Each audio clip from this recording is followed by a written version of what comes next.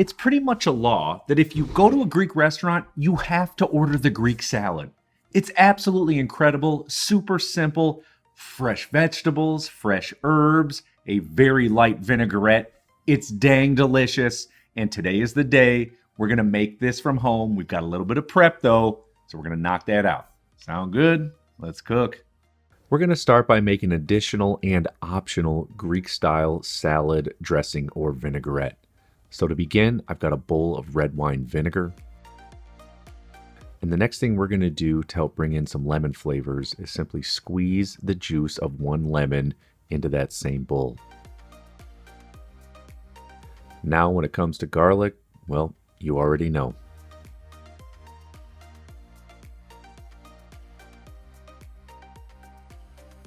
And because vinegar does not like oil, we're going to add in a little Dijon mustard to help emulsify the vinaigrette, followed up with a little bit of dry oregano for some great flavors.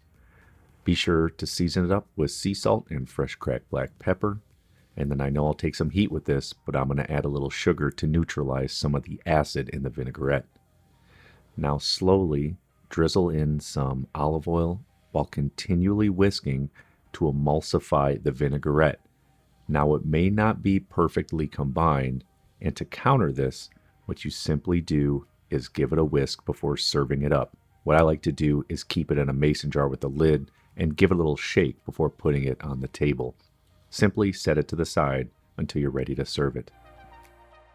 Okay, really quick. Yes, you can use this vinaigrette on this Greek salad. It's also great on any salad. That's why I wanted to show you how to make it. I've had a lot of requests after I made my dressings video. What about a Greek vinaigrette?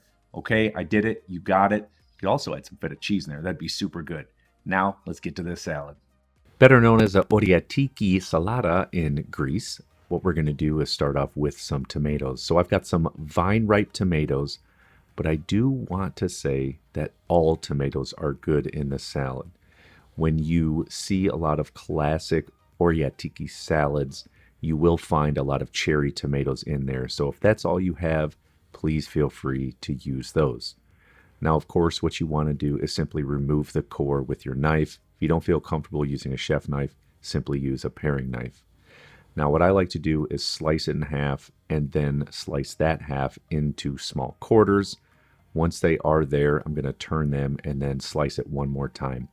I just like to have smaller bite-sized pieces. You can absolutely leave those in the original sliced wedges.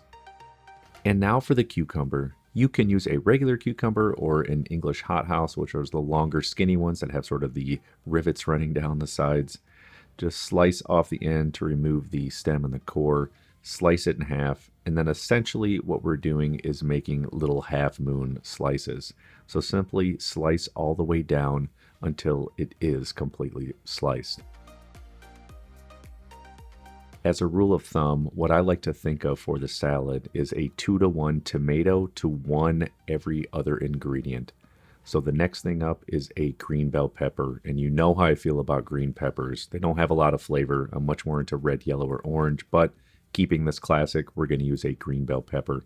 So what I like to do is slice around the entire outside, avoiding the seeds, and slicing off the bottom. You can use the top by the stem if you'd like. It's up to you. And then simply julienne up the green bell peppers until all of them are sliced. Last but not least, for the main prep of this salad, I've got a red onion. We're going to slice off the ends, slice it in half, and of course remove that outer peeling. If all you have is white or yellow or sweet onions, you can absolutely use those in this recipe as well. Now what I'm going to do is julienne and only use half of this red onion. So slice down till you get about 3/4 of the way through. And then what I like to do is turn the red onion over to make sure it's stabilized so I don't risk cutting up my fingers. Set those to the side until it's ready to be plated up. Fundamental basics. It's all about these techniques and putting them into practice over and over and over again, and then applying it to every single aspect of cooking. It's about the grocery shopping, the slicing, the mise en place, the cooking. The pan isn't going to help you cook any better. If your rock is hot enough and you know how to sear a steak, guess what? You can cook a steak on that rock. That $500 pan isn't going to help, my friends. But my promise to you is that when you apply them, all of your homemade food from scratch will be that much better. You'll be the best cook in the family, the best chef on the block. That is my promise to you. So now we're going to plate this up. We've got a lot of good things going on here and a few extras you didn't see before. So let's do that up now.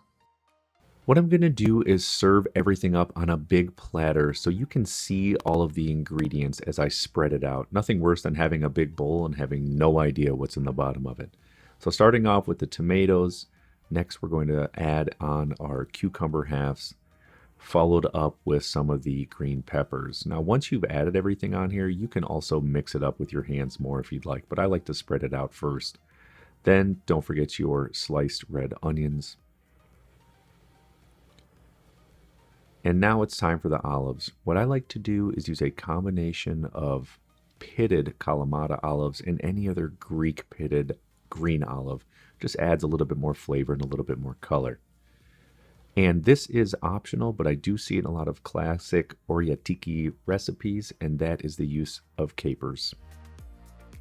Now for the feta cheese. First, be sure to use a quality feta cheese here.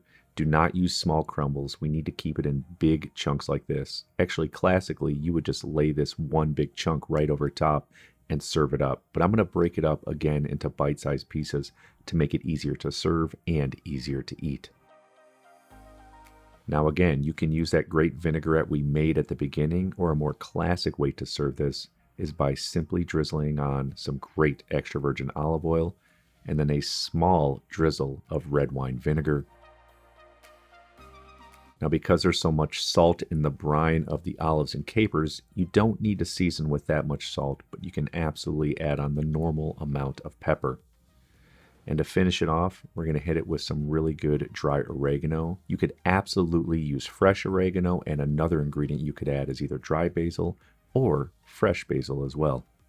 The simplicity of this salad is incredible. Fresh ingredients, you know where you got it from. It's amazing. If you love this recipe and you've learned something, definitely like and share this video and check out this video right here. I made it for you. You'll love it. See you on there.